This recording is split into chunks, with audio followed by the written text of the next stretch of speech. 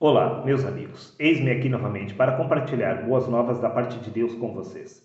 Por isso, preste atenção neste mistério, mas principalmente na revelação do mistério. Porém, antes de darmos início a este assunto, pegue a sua Bíblia e me acompanhe através da leitura das passagens bíblicas para que assim a sua fé se apoie unicamente na palavra de Deus e desta forma não haverá dúvidas em seu coração. Pois o assunto de hoje é muito especial. Estaremos falando acerca do arrebatamento. Porém, não segundo a ótica do sistema religioso, mas segundo a visão espiritual do próprio Cristo. Por isso, me acompanhe na leitura do Evangelho de Marcos, no capítulo 13, no versículo 32, aonde Jesus afirmou acerca do cumprimento das profecias, acerca da consumação dos séculos. Disse Cristo: quanto ao dia e a hora, ninguém sabe, nem os anjos no céu, nem o Filho, senão somente o Pai.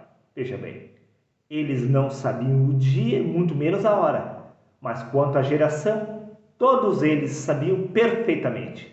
Prova disto é que no Evangelho de Mateus, capítulo 24, versículo 34, disse Cristo: em verdade vos digo que não passará esta geração, sem que todas estas coisas se cumpram. As profecias acerca da volta de Cristo, as profecias acerca do arrebatamento, da consumação dos séculos, haveria de acontecer na geração de Jesus. Repito, disse Jesus: em verdade vos digo que não passará esta geração, a geração dele, sem que todas essas coisas aconteçam. Prova disso é que você não está vendo nenhum dos apóstolos caminhando vivos aqui na terra, nos dias de hoje. Porque, do contrário, se a volta de Cristo não tivesse acontecido naquela geração, os apóstolos ainda estariam vivos. Pois disse Jesus no Evangelho de Mateus, capítulo 16, versículo 28. Com toda certeza vos afirmo que alguns dos que aqui se encontram não experimentarão a morte até que vejam o Filho do Homem vindo em seu reino. Desta forma podemos entender que Jesus não se enganou quando ele afirmou que tudo haveria de acontecer naquela geração. Por isso você não tem visto nenhum dos apóstolos vivos entre nós, pois tudo já se cumpriu. As profecias não são acerca do fim do mundo, mas as profecias eram acerca do cumprimento da palavra de Deus naquela geração. Prova disso é que no Evangelho de Mateus, capítulo 24, versículo 14, afirmou Jesus: e este Evangelho do Reino será pregado no mundo inteiro, em testemunha a todas as nações. E então virá o fim. Preste atenção, quando o Evangelho fosse pregado a todas as nações, chegaria o fim. Mas veja bem, o apóstolo Paulo afirma que tudo isso já aconteceu, pois ele diz no livro de Romanos, capítulo 10, versículo 18, mas então indago, será que não ouviram o Evangelho? Evidente que sim. Por toda a terra a sua voz ecoou e as suas palavras até os confins do mundo. E Paulo acrescenta nessa mesma linha de raciocínio, no livro de Colossenses, capítulo 1, versículo 23, disse Paulo: o evangelho que ouvistes e que foi pregado a toda criatura que há debaixo do céu, do qual eu, Paulo, me tornei ministro. Paulo disse que o evangelho foi pregado a todas as pessoas debaixo do céu, até os confins do mundo. Neste caso, o evangelho já foi pregado no mundo inteiro, e disse Cristo que quando isto acontecesse, chegaria o fim. Não o fim do mundo, o fim das profecias. Tudo já se cumpriu no ano 70, meu querido amigo. O mundo não acabou, simplesmente porque Deus nunca fez uma profecia acerca do fim do mundo. Isto é uma parábola, uma metáfora, mal interpretada pelo sistema religioso. Do contrário, nós não estaríamos vivos. E se você não aceita esta verdade, você está afirmando que Cristo é mentiroso. Pois, repito, no Evangelho de Mateus, capítulo 24, versículo 34, disse Cristo acerca das profecias da consumação dos séculos: em verdade vos digo que não passará esta geração sem que todas estas coisas se cumpram. E tudo se cumpriu exatamente segundo a palavra de Deus. Simplesmente porque o arrebatamento nada tem a ver com mortos ressuscitando lá no cemitério. Quer que eu prove? Sim, é claro que eu vou provar. Que o arrebatamento nada tem a ver com mortos ressuscitando lá no cemitério. Veja por você mesmo o que consta no Evangelho de João, no capítulo 14, no versículo 1, aonde Jesus afirmou: não se turbe o vosso coração, creiam em Deus, creiam também em mim. Eu vou preparar-vos lugar e voltarei e vos levarei para mim mesmo, para que vocês estejam onde eu estiver. No arrebatamento, nós estaremos juntamente com Cristo no reino dos céus. E o apóstolo Paulo, ele dá exatamente ênfase ao que Jesus afirmou, acrescentando no livro de 1 Tessalonicenses, capítulo 4, versículos 16 e 17, disse Paulo: porque o mesmo Senhor descerá do céu, e os que morreram em Cristo ressuscitarão primeiro. Depois nós, os que ficarmos vivos, seremos arrebatados, juntamente com ele nas nuvens, para o encontro com o Senhor nos ares. E Paulo finaliza: e assim estaremos com Cristo para todos sempre. Veja bem, após o arrebatamento, nós estaremos com Cristo por toda a eternidade no reino dos céus. Não há como retornar à terra. Salvo uma vez, salvo para sempre. Uma vez com Cristo para todos sempre. Agora veja que curioso e que interessante, pois entraremos em um incrível dilema. Pois no livro de 2 Coríntios, capítulo 12, versículo 2, Paulo contraria absolutamente toda esta lógica. Disse Paulo: conheço um homem em Cristo que há 14 anos foi arrebatado ao terceiro céu. Fazia 14 anos que o apóstolo Paulo havia sido arrebatado. Porém, também fazia 14 anos que ele continuava pregando o evangelho de Cristo aqui na terra. Então, o que exatamente foi arrebatado? O corpo humano que não. Até porque no livro de Efésios, capítulo 2, versículo 6, na sequência, o apóstolo Paulo afirma: Deus nos ressuscitou com Cristo e com ele nos fez assentar nas regiões celestiais. Sim, o apóstolo Paulo já havia sido arrebatado e já estava assentado com Cristo nas regiões celestiais, embora humanamente falando, ele ainda se encontrava aqui na terra. Então, o que exatamente morre? E o que exatamente ressuscita? Pois disse Paulo: Deus nos ressuscitou com Cristo. Como assim? Se o apóstolo Paulo nem mesmo havia passado pela morte física do corpo, como este já poderia ter ressuscitado? O que é que morre e o que é que ressuscita?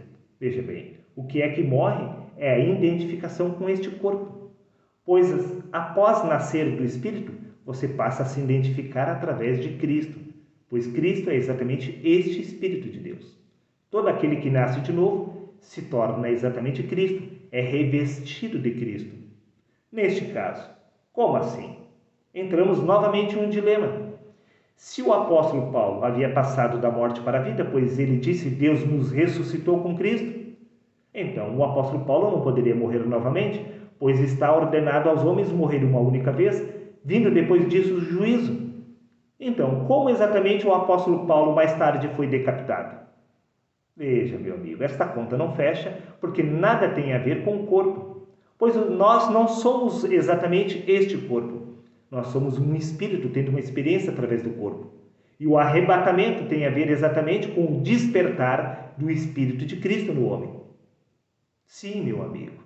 Veja bem, o apóstolo Paulo, ele estava aqui na terra, ao mesmo tempo que ele estava assentado com Cristo nas regiões celestiais. Mas como que isso é possível?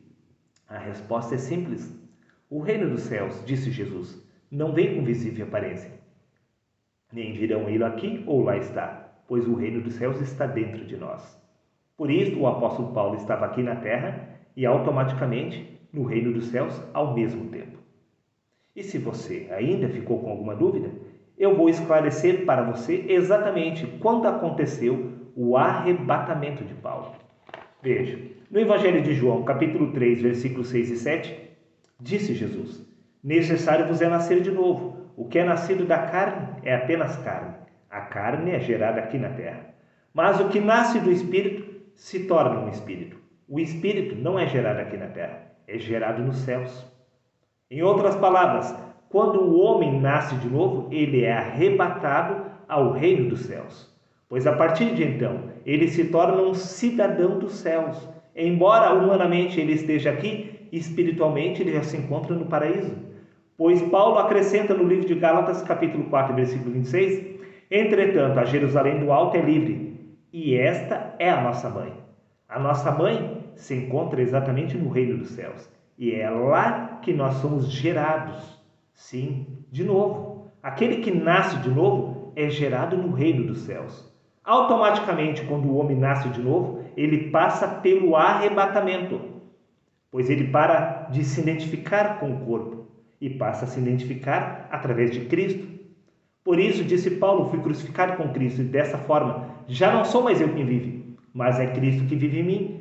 Paulo não se identificava mais com o corpo, porque ele compreendeu que ele e Cristo eram uma única pessoa, pois foi o Verbo que se fez carne. Toda a carne é Deus em manifestação. Neste caso, meu amigo, veja o que consta no Evangelho de João, capítulo 5, versículo 24. Disse Jesus: em verdade vos digo, quem ouve a minha palavra e crê naquele que me enviou, tem a vida eterna. Não entra em juízo, mas já passou da morte para a vida.